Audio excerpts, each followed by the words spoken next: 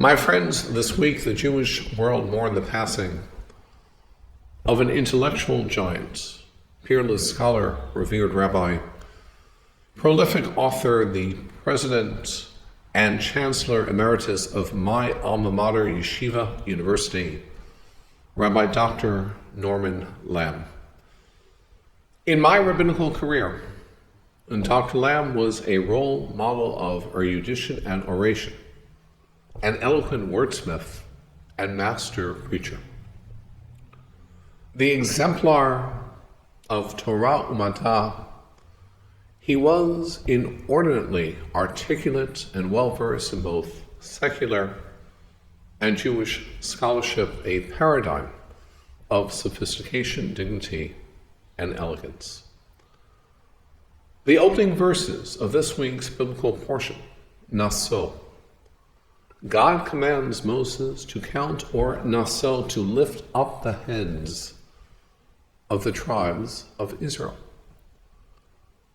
There are far more familiar verbs, lispor, limnot, lifkod, to enumerate a census. Why does the Torah use the verb naso, to lift up?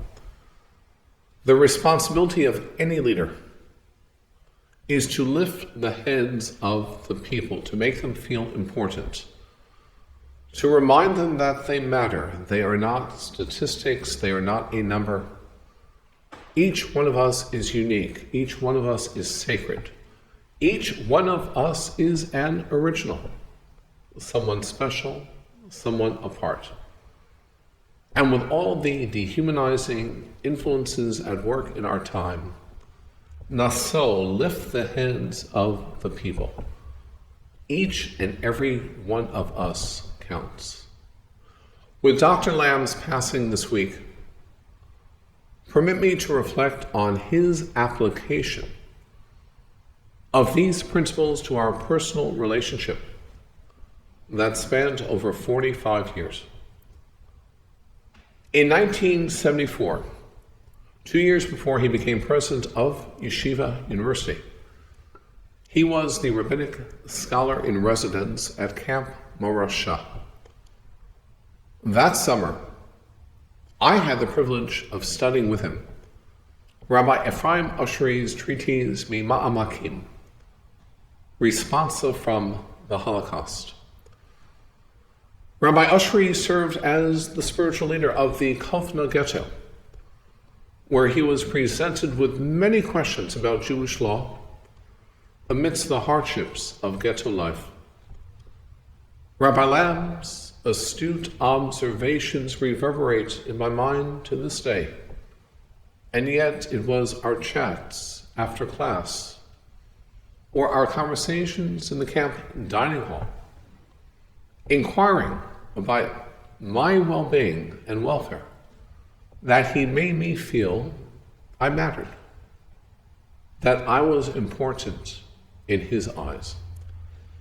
Our relationship greatly intensified my senior year of college when I was president of Yeshiva University's Student Council. Needless to say, our paths crossed on a host of issues and concerns. I was a rabid activist with a quest for change, often brazen and rebellious, and I still recall his sagely advice, Marc, master the art of patience, discipline, and negotiation, skills that I apply to this very day. And despite our differences, he always made me feel that my opinion, my perspective mattered, that I was important in his eyes. In 1993, after making a momentous life decision not to follow in my father's footsteps at Park East Synagogue, but to go out on my own, Dr. Lamm called and visited with me several times, concerned with my choice. He quipped that at least I was maintaining my family's rabbinic legacy. It was only a change of address. Shortly after the dedication of the Hampton Synagogue in 1994, I invited Dr. Lamm to be among the first to speak from my newly minted pulpit, where he fully applauded my decision to establish a Jewish community out here in the Hamptons. His presence that Shabbat and other Shabbatot at the Hampton Synagogue reminded me that I mattered, that I was important in his eyes.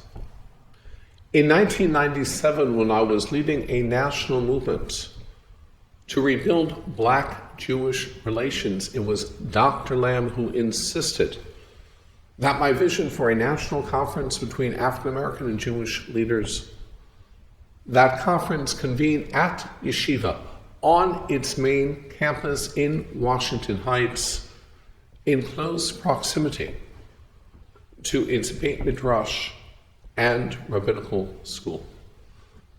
That day, Dr. Lamm introduced our keynote speaker, Reverend Jesse Jackson, with a clarion call railing against racial injustice and economic inequality plaguing the African American community. A message so timely and so relevant 25 years later, as our voices this week have been raised in screaming protests, demanding justice for the brutal and senseless killing of George Floyd. Back then, my attempt at a Black-Jewish reconciliation was groundbreaking and the subject of controversy. But with Dr. Lamm's abiding support and mainstreaming my efforts in the very halls of Yeshiva, once again he demonstrated that my vision and efforts mattered, that I was important in his eyes. Now so, lift up the heads of the people. The calling of any great leader. Make them feel important. Remind them that they matter, that each and every one of us counts.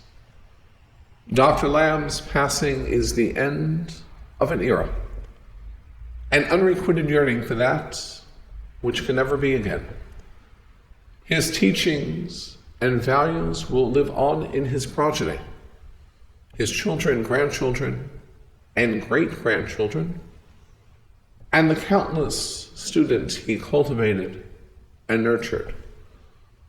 To the Jewish community bereaved by his loss, may only beautiful and cherished memories linger as a legacy to his life. Shabbat Shalom.